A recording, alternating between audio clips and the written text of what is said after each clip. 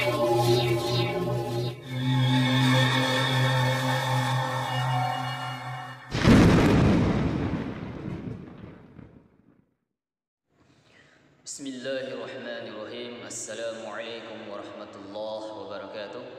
Alhamdulillahi rabbil alamin. Wassalatu wassalamu ala rasulillah. Wala hawla wala quwwata illa billah. Kaum muslimin yang sama-sama mengharap ridho Allah subhanahu wa ta'ala, dan semoga kita semua mendapatkan rahmatnya. Insyaallah pada kesempatan ini saya akan menjelaskan tentang mengapa seseorang diganggu oleh jin, atau apa saja penyebab-penyebab seseorang ini diganggu oleh jin sehingga ia sakit-sakitan, atau mungkin suami istri sering bertengkar, atau mungkin anaknya tidak taat sama orang tuanya, dan banyak lagi gangguan-gangguan lainnya. Baik, langsung saja. Jadi yang pertama penyebab seseorang gangguan jin ini bisa jadi ada disebut dengan jin nasab. Nah, jin nasab ini dari keturunan. Anaknya nggak tahu apa-apa, anaknya nggak pernah belajar ilmu hitam, akan tetapi orang tuanya, kakeknya, neneknya, mereka pernah belajar ilmu hitam. Mereka bahkan kerjasama dengan jin. Maka ketika kakeknya, orang tuanya ini meninggal, ini langsung jinnya akan mencari keturunannya yang paling dia sukai, dan dia akan masuk mengganggunya. Dia akan mengganggu keturunannya. Nah, seperti itu. Karena biasanya ketika masih hidup orang tua kita, kakek kita, ada ritual yang dipersembahkan, misalkan bentuk bacaan atau yang lain, mungkin setiap malam Jumat baca ini, atau setiap malam bulan purnama baca ini, atau misalkan ada sesajen-sesajen yang dipersembahkan kepada jin ini.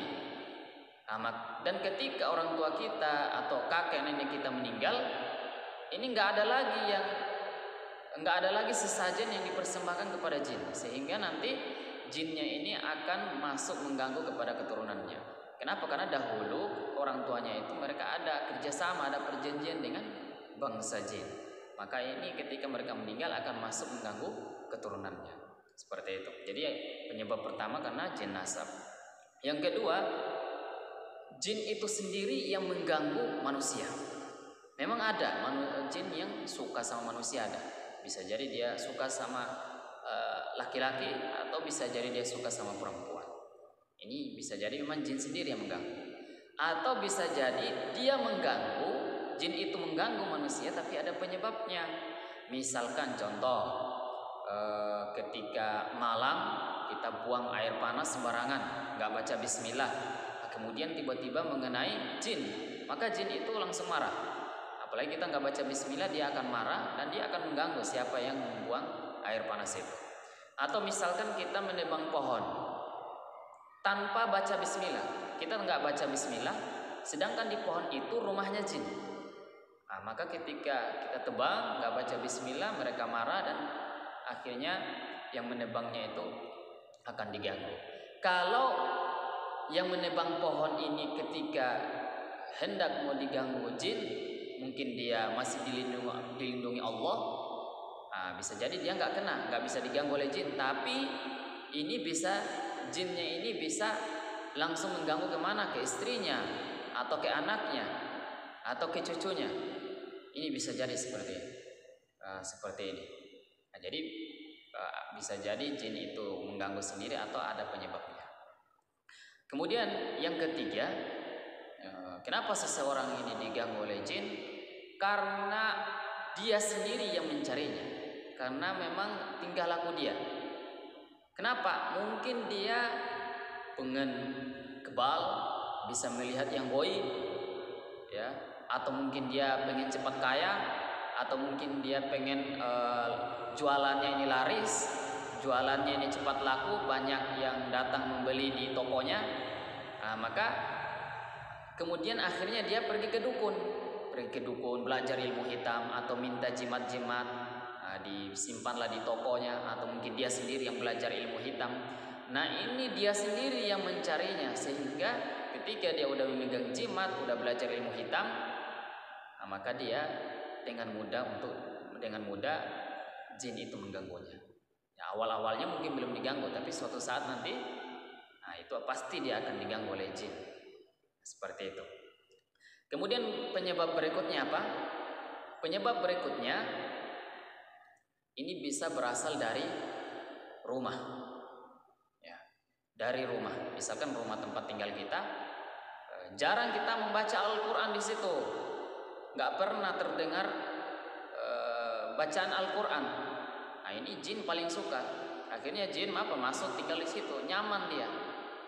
Atau bisa jadi misalkan kita pindah rumah.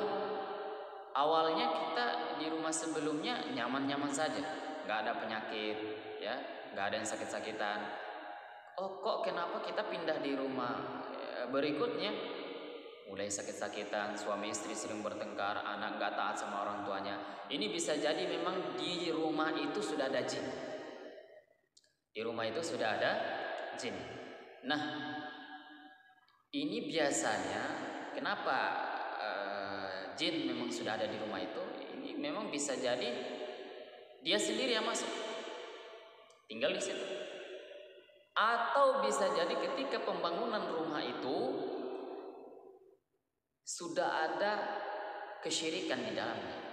Memang jin itu sudah dipanggil. Misalkan kayak ini banyak ya, sudah ada diberikan sesajen atau bacaan ritual-ritual yang lain. Memang jin itu sudah dipanggil untuk menjaga rumah itu, tapi sebenarnya mereka nggak bisa menjaga. Ya, mereka nggak bisa menjaga. Ya. Nanti pada akhirnya juga pasti jin-jin ini akan mengganggu tuan rumah. Jadi sebenarnya kita manusia nggak boleh sama sekali minta tolong kerjasama dengan bangsa jin. Kita beda alam. Ya, seperti itu. Nah, penyebab berikutnya ini bisa jadi ada disebut jin sihir, disantet orang atau diguna-guna orang. Nah, ini ya memang kita nggak tahu apa-apa. Nah, tapi ketika ada orang yang santet kita, yang guna-guna kita, ini bisa kena. Ya, ini bisa kena. Ya. Bahkan Rasulullah SAW pernah terkena sihir oleh orang, ya, pernah terkena sihir. Maka ini biasanya ketika seseorang ini terkena sihir ada penyebab-penyebabnya. Bisa jadi penyebabnya misalkan dia pernah bertengkar dengan orang, kemudian orang ini nggak senang, dia pergi ke dukun, disantetnya. Atau bisa jadi misalkan kalau di kantor ketika dia misalkan karyawan baru tapi dapat perhatian lebih dari bosnya. Nah, ini bisa jadi karyawan lain iri hati, akhirnya dia ke dukun, disantet. Ini bisa jadi. Atau misalkan kalau perempuan ada laki-laki yang suka sama dia, tapi perempuan ini nggak suka sama laki-laki ini. Akhirnya laki-laki ini pergi kemana? Ke dukun. Kemudian minta sama dukun ini agar disantetlah perempuan yang ini, yang menolak cintanya. Ini bisa jadi seperti itu. Atau bisa jadi ada orang iri hati, tetangga kita, atau bisa jadi teman kita. Misalkan ada seseorang beli mobil baru atau motor baru, atau misalkan beli yang barang-barang yang lain, ada orang iri hati, dia nggak senang, bisa jadi akhirnya dia santet. Ya, bisa kalau seandainya dia tahu caranya, mungkin dia punya ilmu hitam, dia sendiri yang santet. Atau bisa jadi kalau dia nggak tahu, dia pergi ke dukun, akhirnya disantet. Ini bisa jadi seperti itu. Jadi ini penyebab-penyebab kita diganggu oleh jin. Seperti itu. Kemudian penyebab lain juga kenapa kita diganggu oleh jin, ini bisa jadi dari amal-amal kita, ya, amal-amal kita juga. Kita misalkan nggak pernah ibadah.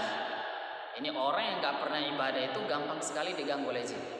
Nggak pernah ibadah, nggak pernah sholat 5 waktu, nggak pernah baca Al-Quran, apalagi amal-amal perbuatan dia maksiat terus, ya, dia banyak maksiat. Kemudian bisa jadi amal perbuatan dia banyak yang kesyirikan, syirik terus yang dia kerjakan, kemusyrikan. Nah, ini sangat mudah dia diganggu oleh jin seperti itu. Nah, kalau kita sudah diganggu oleh jin, maka ya ini bisa obati, disembuhkan dengan cara diruqyah. Nah, ini ruqyah yang paling bagus sebenarnya ruqyah sendiri, kita sendiri yang meruqyah diri kita sendiri. Nah, seperti itu. Atau kalau enggak bisa orang lain yang meruqyah kita. Nah, ini harus diruqyah, dikeluarkan jin-jin yang tinggal di dalam tubuh kita yang membuat kita sakit-sakitan dan lain sebagainya. Nah, ini harus diruqyah. Karena biasanya orang yang terkena gangguan jin, kalau dia ke dokter pun bingung juga ini sakit apa, jadi nggak bisa terdeteksi. Nah, bahkan akhirnya disuruh pulang juga. Nah, ini bisa jadi dia memang gangguan jin, atau sudah ke dokter nggak sembuh-sembuh. Nah, ini bisa jadi gangguan jin. Nah, jadi kita sakit ini bisa jadi memang kalau memang sakit medis maka harus ke dokter. Tapi kalau memang sakit kita adalah sakit gangguan jin, maka harus diruqyah. Ya, secepatnya diruqyah, jangan disimpan-simpan. Karena kalau semakin lama kita nggak diruqyah, ini bisa jadi jinnya udah kuat di dalam, sehingga ketika diruqyah ini agak susah. Ya, jadi butuh beberapa kali untuk diruqyah. Seperti itu. Baik, ini saja yang bisa saya sampaikan tentang penyebab-penyebab orang diganggu oleh jin. Maka semoga ini bermanfaat untuk kita semua, dan mari kita selalu memperbaiki diri. Ingat, jangan sampai kita kerjasama dengan jin, jangan sampai kita memegang jimat-jimat, belajar ilmu hitam, itu nggak boleh dalam Islam. Dan kalau kita mau benar-benar nyaman, hidup tenang, maka kita semakin mendekatkan diri kepada Allah Subhanahu wa ta'ala. Baik, ini saja yang bisa saya sampaikan. Subhanallah bihamdika asyhadu an la ilaha illa anta astaghfiruka wa atubu ilaik. Assalamualaikum warahmatullahi wabarakatuh.